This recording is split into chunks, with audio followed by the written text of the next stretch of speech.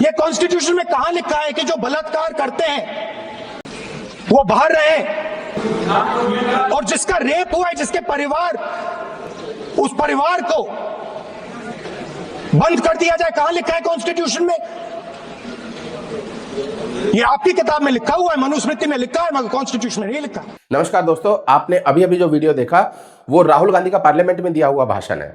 Rahul Gandhi parliament के अंदर खड़े होकर बोल रहे हैं, वो बीजेपी की तरफ उंगली करके बोल रहे हैं कि मनुस्मृति तुम्हारी पुस्तक है और तुम्हारी पुस्तक में ऐसा लिखा हुआ है कि जो स्त्रियों का बलात्कार करता है उसको प्रोटेक्ट करो, और कॉन्स्टिट्यूशन जो है उसका ऑपोजिट है। यानी राहुल गांधी मनुस्मृति और कॉन्स्टिट्यूशन के बीच में एक कंपैरिजन ड्रॉ कर रहे हैं। लोग एक्सपेक्ट करते थे कि भाजपा करारा जवाब देगी, क्योंकि मनुस्मृति में ऐसा कोई श्लोक ही नहीं है। मनुस्मृति में तो ये बहुत पॉपुलर श्लोक है, यत्र नार्यस्तु पूजन्ते रमन्ते तत्र देवता।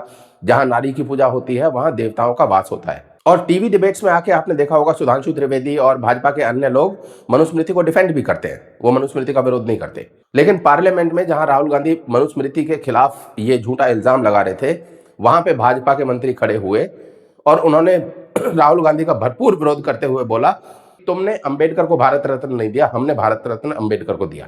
तुम अंबेडकर के नहीं हो, हम अंबेडकर के हैं। तो एक तरफ राहुल गांधी मनुस्मृति को गाली दे रहे हैं, दूसरी तरफ भाजपा वाले लोग खड़े होकर ये कह रहे हैं कि हम तो अंबेडकरवादी हैं।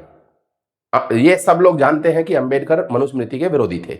इसका मतलब ना तो राहुल गांधी मनुस्मृति को ओन कर रहे हैं, ना ही बीजेपी वाले मनुस्मृति को ओन कर रहे हैं। तो ये बात बहुत सारे लोगों को चुभी। शंकराचार्य जी ने उसके बाद लगातार 52 दिन तक मनुस्मृति को एक्सप्लेन किया, पूरे मनुस्मृति को, शुरुआत पहले श्लोक से लेकर अंतिम श्लोक तक एक एक श्लोक की उन्होंने व्याख्या की। और यह 52 वीडियो की सीरीज आज भी शंकराचार्य जी के यूट्यूब चैनल पर उपलब्ध है।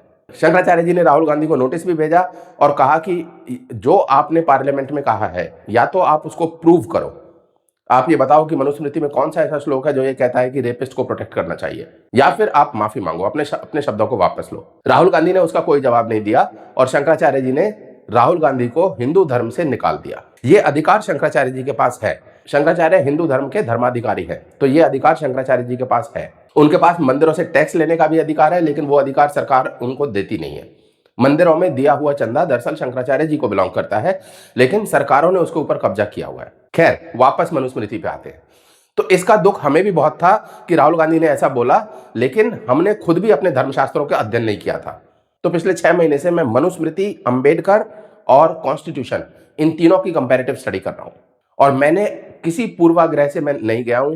मैं ऐसा नहीं है कि किसी पूर्वाग्रह को लेकर गया हूं कि हाँ मैं तो मनुस्मृति को केवल डिफेंड ही करूंगा। मैंने तीनों को स्टडी किया, और अंबेडकर जी को ज्यादातर जो स्टडी किया है वो उन्हीं की राइटिंग्स और स्पीचेस से स्टडी किया है। देखिए, अंबेडकर के ऊपर बहुत लोगों ने बुक लिखी है। अंबेडकर के ऊपर सबसे ज्यादा स्ट्रॉन्ग बुक अरुण शौरी ने लिखी है, वर्शिपिंग फॉल्स गॉड। लेकिन अगर आपको इंसान को जानना है तो उसकी खुद की स्पीचेस को पढ़ना बहुत आवश्यक होता है। तो अंबेडकर की गवर्नमेंट ऑफ इंडिया की वेबसाइट पे आप देखेंगे कि अंबेडकर जी की स्पीचेस जो हैं वो स्पीचेस एंड राइटिंग्स अंबेडकर की सारी पढ़ी हुई हैं। तो वहां से हमें उनके ओपिनियन के बारे में पता चल जाएगा। तो सब जगह से उनको पढ़ा है, उसका रिजल्ट है ये पुस्तक। अब ये पुस्तक, आज इस पुस्तक का हम कवर लॉन्च कर रहे हैं। ये पुस्तक प्रिंट में जा चुकी है, आप इसको ऑर्डर कर सकते हैं। प्री ऑर्डर में थोड़ा सा डिस्काउंट भी है। तो आज इस बुक का हम कवर लॉन्च करने वाले हैं। अगर कवर लॉन्च में आप देखें तो ये बुक का कवर है। ये बुक का फ्रंट पेज है, ये बुक का बैक पेज है कवर का। आप फ्रंट पेज पर देखें तो ये जो सबसे बड़ी प्रतिमा आपको दिख रही है, ये मनु जी की प्रतिमा है, जो राजस्थान हाई कोर्ट के बाहर लगी हुई है। और ये जो छोटी प्रतिमा आप देख रहे हैं, ये छोटी प्रतिमा विलियम जोन्स की है। विलियम जोन्स वो ब्रिटिश अधिकारी थे जिन्होंने मनुस्मृति का इंग्लिश में ट्रांसलेशन किया था। और अगर आप अंबेडकर की राइटिंग्स और स्पीचेस को देखें तो अंबेडकर की राइटिंग्स और स्पीचेस में जो मनुस्मृति का इंटरप्रिटेशन निकल कर आता है वो बिल्कुल विलियम जोन्स वाला निकल के आता है। विलियम जोन्स का इंटरप्रिटेशन सही नहीं था मेरे अनुसार, और ये मैंने बुक में बहुत स्ट्रांगली इसको रखा हुआ है। यहां पे आप देखेंगे ये जो छोटी सी फोटो लगी है, ये छोटी सी फोटो में पहली पार्लियामेंट के सदस्य बैठे हुए हैं। पहली पार्लियामेंट 1947 वाली पार्लियामेंट। बुक का टाइटल है Manusmriti, Ambedkar and the politics of India. तो इस बुक के 3 पार्ट्स हैं। इस बुक के चैप्टर्स को 3 भागों में डिवाइड किया गया है। पहले भाग में हमने मनुस्मृति को एक्सप्लेन किया है। तो पहले भाग में अगर आप देखोगे तो मानव धर्म शास्त्राज एंड देयर रेलेवेंस। तो पहले भाग में 2 चैप्टर्स हैं। ये बड़े बड़े चैप्टर्स हैं, 2 चैप्टर्स हैं।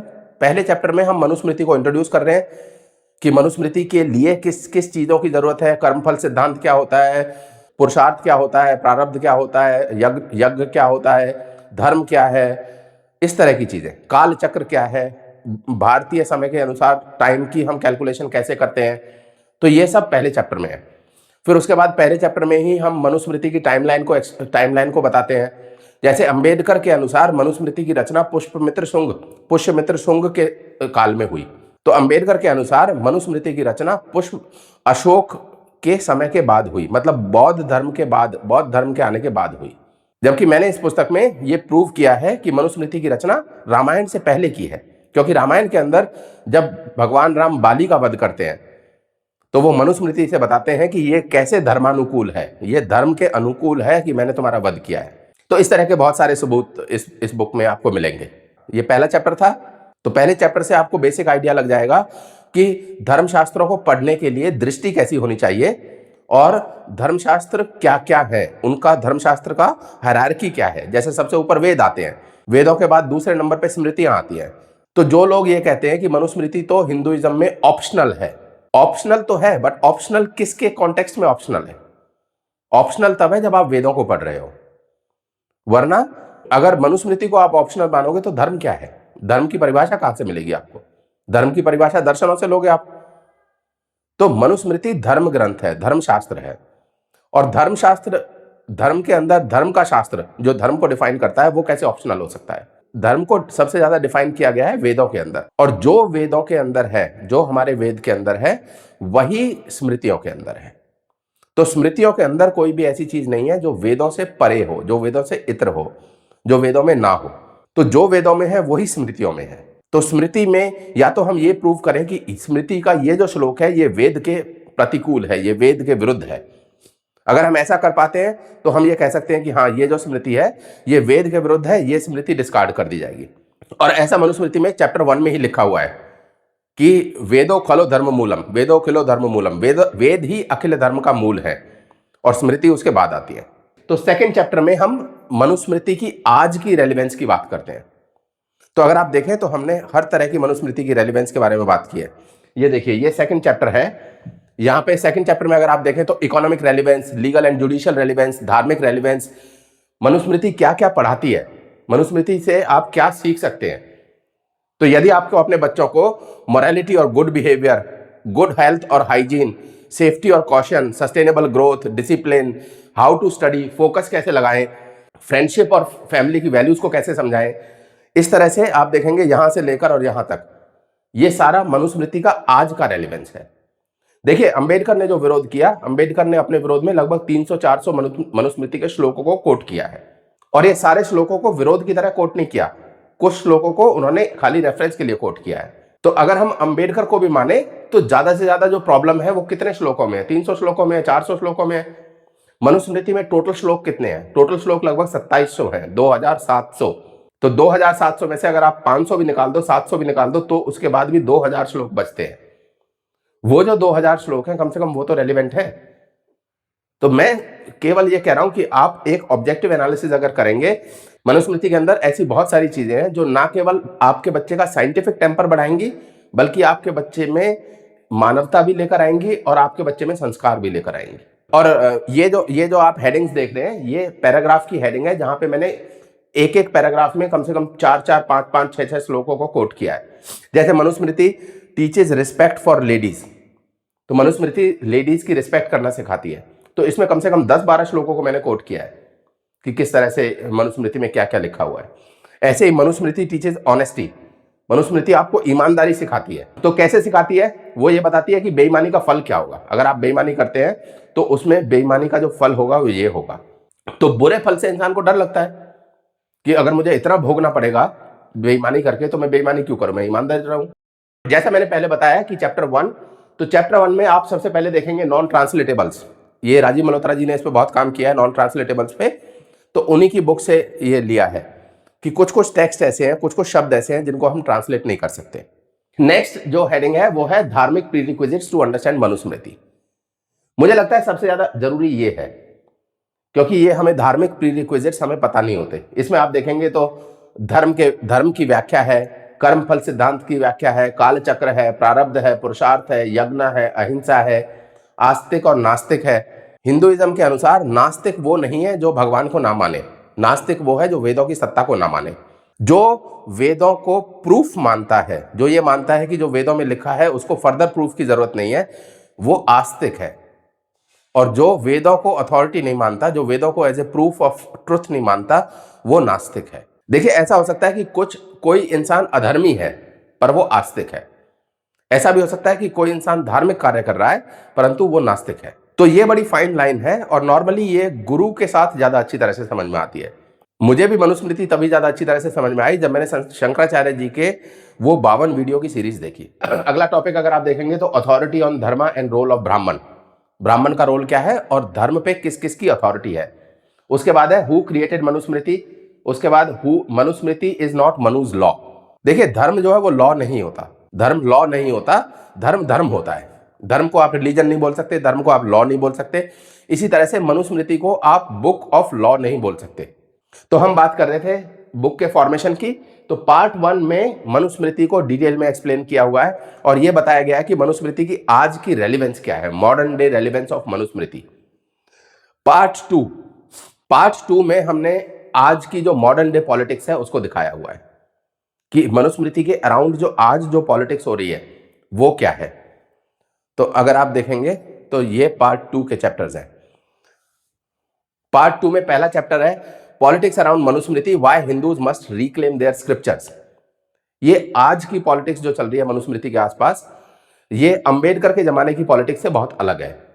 अंबेडकर ने मनुस्मृति के आसपास इतनी पॉलिटिक्स नहीं की थी जितनी आज के जो नवबौद्धवादी है और आज की जो सरकार है वो कर रही है। दूसरे चैप्टर में मनुस्मृति और कॉन्स्टिट्यूशन का एक क्रिटिकल कंपैरिजन किया गया है कि अगर मान लो हम मनुस्मृति को अलग रखें और कॉन्स्टिट्यूशन को अलग रखें तो कॉन्स्टिट्यूशन इक्वालिटी देता है। कॉन्स्टिट्यूशन ये कहता है कि सब लोग बराबर हैं, मनुस्मृति भी अपने तरह से इक्वालिटी देती है। तो मैंने बस दोनों की इक्वालिटी का कंपैरिजन किया है कि कॉन्स्टिट्यूशन के हिसाब से इक्वालिटी ये है और मनुस्मृति के हिसाब से इक्वालिटी ये है। इसी तरह से कॉन्स्टिट्यूशन रिजर्वेशन देता है, मनुस्मृति भी रिजर्वेशन देती है। मनुस्मृति के अनुसार जब कोई यज्ञ करेगा तो यज्ञ ब्राह्मण ही करेगा, अगर कोई मैन्युफैक्चरिंग करनी होगी तो मैन्युफैक्चरिंग शूद्र ही करेगा, अगर राज्य करना होगा तो राज्य क्षत्रिय ही करेगा। तो मनुस्मृति में भी रिजर्वेशन है और कॉन्स्टिट्यूशन में भी रिजर्वेशन है। तो हमने दोनों की रिजर्वेशन को भी कंपेयर किया है कि मनुस्मृति की जो रिजर्वेशन है वो रिजर्वेशन फॉर ऑल है और कॉन्स्टिट्यूशन की जो रिजर्वेशन है, पहली बात उसमें एम्प्लॉयबिलिटी की गारंटी नहीं है, पहली बात उसमें लाइवलीहुड की गारंटी नहीं है। मनुस्मृति की रिजर्वेशन में लाइवलीहुड की गारंटी है। तो मनुस्मृति की रिजर्वेशन में लाइवलीहुड की गारंटी है, कॉन्स्टिट्यूशन की रिजर्वेशन में लाइवलीहुड की गारंटी नहीं है। मनुस्मृति की रिजर्वेशन फॉर ऑल है, कॉन्स्टिट्यूशन की रिजर्वेशन फॉर फ्यू है। मनुस्मृति की रिजर्वेशन में आपस में वैमनस्य नहीं है, आपस में ऐसा नहीं, कटुता नहीं है। कॉन्स्टिट्यूशन की जो रिजर्वेशन है वो आपस में इंटरकास्ट वैमनस्य को बढ़ाती है। मनुस्मृति की जो रिजर्वेशन है वो इंसान को ऊपर उठने के लिए प्रेरित करती है, वो इंसान को इस चीज के लिए प्रेरित करती है कि मैं और ज्यादा अच्छा बनूं। कॉन्स्टिट्यूशन की जो रिजर्वेशन है वहां पे अनडिजर्विंग लोग डिमांड करते हैं, तो कॉन्स्टिट्यूशन की रिजर्वेशन आपको नॉन डिजर्विंग होते हुए डिमांड करना सिखाती है।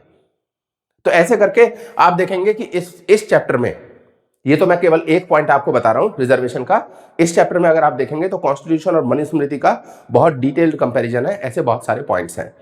तो अगर इन दोनों चैप्टर्स को हम डिटेल में देखें, जैसे ये मनुस्मृति और कॉन्स्टिट्यूशन का क्रिटिकल कंपैरिजन है, तो क्रिटिकल कंपैरिजन में पहला पॉइंट है was Manusmriti ever the constitution, क्या मनुस्मृति कभी भी कॉन्स्टिट्यूशन रहा है किसी भी राज्य का। उसके बाद हम कंपैरिजन शुरू करते हैं कि ओरिजिन और इन्फ्लुएंस के हिसाब से मनुस्मृति और कॉन्स्टिट्यूशन में क्या कंपैरिजन है। जैसे हम सब जानते हैं कि कॉन्स्टिट्यूशन को अलग अलग देशों से लिया गया है जबकि मनुस्मृति एक ऑथेंटिक डॉक्यूमेंट है।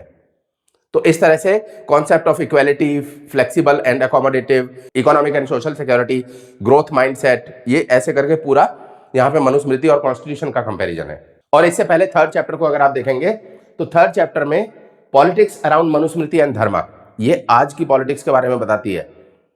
फिर disconnecting Hindus from there shastras, तो किस तरह से गवर्नमेंट की जो पॉलिसीज हैं वो हिंदुओं को उनके शास्त्रों से डिस्कनेक्ट कर रही है। Politics is breaking the Hindu systems, किस तरह से हमारे सारे सिस्टम्स को, चाहे वो मंदिर का सिस्टम हो, चाहे वो यजमान का सिस्टम हो, चाहे वो वर्णाश्रम का सिस्टम हो, किस तरह से पॉलिटिकली हमारे सारे सिस्टम्स को तोड़ा गया है।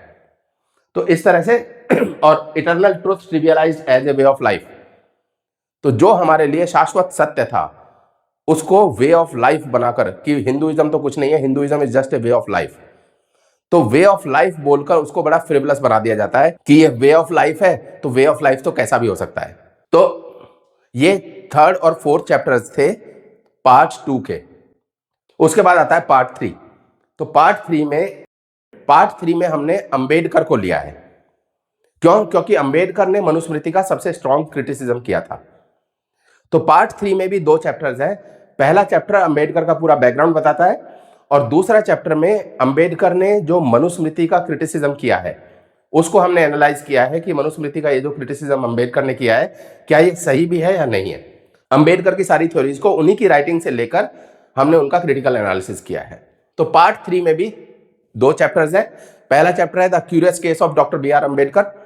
इसमें अंबेडकर की पूरी हिस्ट्री है, पूरी पॉलिटिक्स है, किस तरह से अंबेडकर बाहर पढ़ने के लिए गए, किसने मदद की, अंबेडकर का नाम अंबेडकर कैसे पड़ा, पहले उनका नाम सकपाल था तो सकपाल से अंबेडकर कैसे पड़ा, अंबेडकर की फ्रीडम स्ट्रगल में क्या भूमिका थी, अंबेडकर की कॉन्स्टिट्यूशन लिखने में क्या भूमिका थी, अंबेडकर की पॉलिटिकल आइडियोलॉजी कैसी थी, और अंबेडकर की सोशल लाइफस्टाइल कैसी थी, और अंबेडकर की पर्सनल लाइफस्टाइल कैसी थी। तो ये सारा कुछ जो है ये इस चैप्टर में डिटेल में कवर्ड है। तो उन फैक्ट्स को हमने एज इट इज रख दिया है। महार सत्याग्रह के बारे में इसमें जिक्र है, जो इसका वीडियो मैं दे चुका हूं ऑलरेडी, कि महार सत्याग्रह कैसे हुआ, किस प्रकार मनुस्मृति को जलाने का जो प्रकरण था वो हुआ। और जो लास्ट चैप्टर है ये चैप्टर 6 होना चाहिए, क्षमा कीजिए यहाँ पे चैप्टर 2 लिखा हुआ है, ये चैप्टर 6 होना चाहिए। चैप्टर 6 में Manusmriti, Ambedkar and his concocted theories. तो अंबेडकर की बहुत सारी थ्योरीज हैं, अगर आप उन थ्योरीज को देखेंगे ये देखिए, ये अंबेडकर की थ्योरीज है कि अंबेडकर की थ्योरी सती के ऊपर है, सती, चाइल्ड मैरिज और विडोहुड। तो अंबेडकर के अनुसार जो सती लोग बनाते थे, मतलब सती जो है वो इसलिए होती थी कि उनकी दोबारा शादी ना हो पाए। तो सती एक, अंबेडकर, मैं खुद नहीं बोल रहा, अंबेडकर की राइटिंग से बोल रहा हूं, अंबेडकर के अनुसार सती एक ब्राह्मणिकल कॉन्सेप्ट था। ब्राह्मणों ने सती शुरू करवाया और ब्राह्मणों ने स्त्रियों को जलाना इसलिए शुरू किया ताकि वो स्त्री किसी और से शादी ना कर ले। अब इस बात का कोई प्रूफ नहीं मिलता, ये तो उनकी फिगमेंट ऑफ इमेजिनेशन है बिल्कुल। पहली बात तो सती का ही कोई शास्त्रों से प्रूफ नहीं मिलता, दूसरी बात इस बात का तो बिल्कुल प्रूफ नहीं मिलता कि सती प्रथा जो है वो ब्राह्मणों ने शुरू कराई। एनीवेज, तो ऐसे ही मैरिज और ओरिजिन ऑफ कास्ट के ऊपर अंबेडकर के रिसर्च पेपर्स हैं। तो अंबेडकर के रिसर्च पेपर के अनुसार एंडोगोमी और एक्सोगोमी, ये 2 जो चीजें हैं, इसके लिए भारत में शादियां जो हैं वो ब्राह्मणों ने शुरू कराई, शादियां करना। अंबेडकर के अनुसार एक ही गोत्र में शादी होनी चाहिए, इस चीज को फेवर करते थे। अंबेडकर कहते थे कि अपने आसपास के गोत्र में शादी हो जानी चाहिए, विद इन द क्लैन, अपने खुद के वंश में शादी होनी चाहिए। और अंबेडकर के अनुसार अंतरजातीय भी शादी होनी चाहिए। अंतरजातीय मतलब ब्राह्मण की शादी शूद्र से, शूद्र की शादी वैश्य से, वैश्य की शादी क्षत्रिय से, ये सब भी होना चाहिए। अंतरजातीय विवाह होना चाहिए और विद इन द क्लान भी शादी होनी चाहिए, ये अंबेडकर की थ्योरी थी। ठीक है, तो इसका रिबटल है। ऐसे ही आप देखेंगे Ambedkar on history of India, तो ये चैप्टर अंबेडकर की थ्योरीज को क्रिटिकली एनालाइज करता है। और इससे पहले वाला चैप्टर अगर आप देखेंगे, the curious case of doctor B.R. Ambedkar, ये अंबेडकर की जीवनी के ऊपर प्रकाश डालता है, ये अंबेडकर की जीवनी के ऊपर प्रकाश डालता है। तो ये पुस्तक है, ये पुस्तक प्री लॉन्च में अवेलेबल है, आप QR कोड को स्कैन कर सकते हैं, पुस्तक को ऑर्डर कर सकते हैं। प्रिंट होकर आने में अभी शायद इसको 1 हफ्ता लगेगा और 1 हफ्ते के बाद इसकी शिपमेंट शुरू हो जाएगी। तो मेरा आपसे अनुरोध है कि आप इस पुस्तक को पढ़ें और पढ़कर मुझे अपना फीडबैक दें कि आपको ये पुस्तक कैसी लगी। अगर आपको लगता है कि कहीं पर कोई कमी है, किसी बात को अच्छी तरह से एक्सप्लेन नहीं किया गया है या कोई त्रुटि है, तो वो भी आप मुझे बताएं। बहुत बहुत धन्यवाद।